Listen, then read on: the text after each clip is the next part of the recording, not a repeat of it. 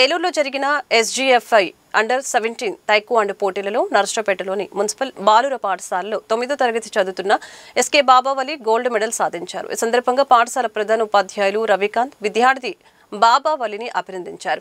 పాఠశాల వ్యాయామ ఉపాధ్యాయులు భాగ్యలక్ష్మి, భాస్కర్, కోచ్ రవిశంకర్ పాఠశాల తరపున ధన్యవాదాలు తెలిపారు.